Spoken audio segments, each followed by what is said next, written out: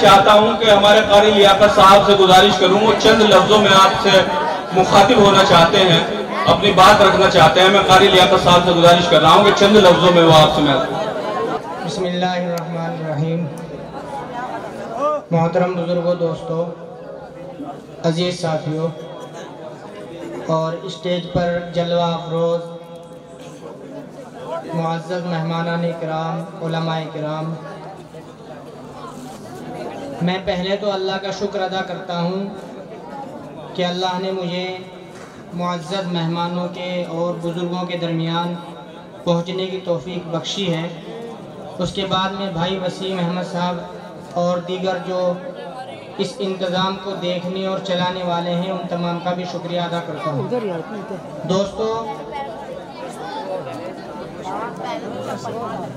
اس وقت ہندوستان، ہمارا ملک، ایک ایسے دور سے گزر رہا ہے جس کا اس آزاد ہندوستان میں کسی بھی ہندوستانی نے تصور نہیں کیا تھا۔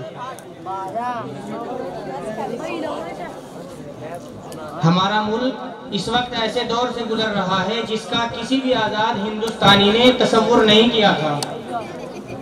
اس دور میں میڈیا بھی بکی ہوئی ہے، نیتا بھی بکے ہوئے ہیں، ابھی نیتا بھی بکے ہوئے ہیں، اوپر سے نیچے تک پورا سسٹم کرپٹ ہے اور بکا ہوا ہے۔ لیکن اس گئے گزرے دور میں، ان حالات میں، ایک قوم ایسی ہے، ایک جماعت ایسی ہے جو ہر حال میں سچ بولنے اور سچ کہنے کی ہمت رکھتی ہے۔ لیکن سچ کہنے سے زیادہ سچ سننے کی ہمت ہونی چاہیے۔ سچ کہنے والا تو سچ کہہ دیتا ہے، لیکن سچ سن کر اس پر عمل کرنا اور اسے اپنی زندگی میں اتارنا، یہ کمال ہے۔ ہمارے یہ شعراء کرام،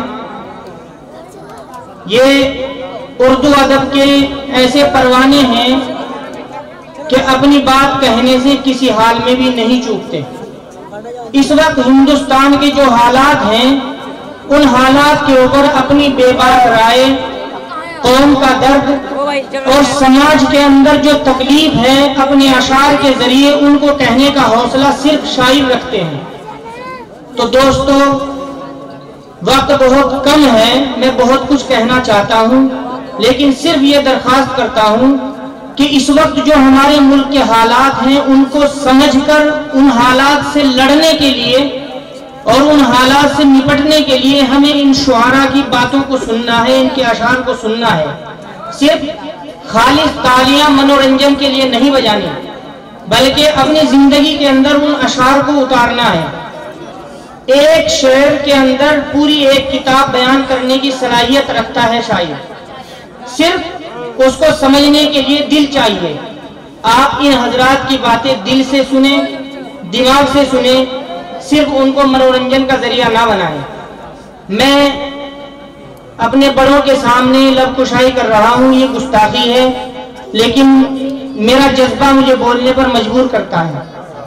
خاص کر مشاعروں کے اندر جو ہماری محترمہ شاعرات آئی ہیں، تشریف لاتی ہیں، ان کے کلام کو سنتے ہیں اور ضد بھی کرتے ہیں کہ دوبارہ اور سناؤ اور سناؤ۔ ایسا نہیں کرنا چاہیے، ہمیں سب کا برابر احترام کرنا چاہیے۔ مشاعرے کو مشاعرے کی شکل میں سننا چاہیے، اس کو تماشا نہیں بنانا چاہیے۔ امید ہے کہ آپ حضرات اپنے مہمانوں کے وقار کا خیال رکھتے ہوئے، ان کا احترام کرتے ہوئے اس مشاعرے کو اچھے سے اچھا سجائیں گے اور سنیں گے۔ اللہ ہمیں عمل کی توفیق نصیب فرمائے۔ وآخر دعوانا الحمدللہ۔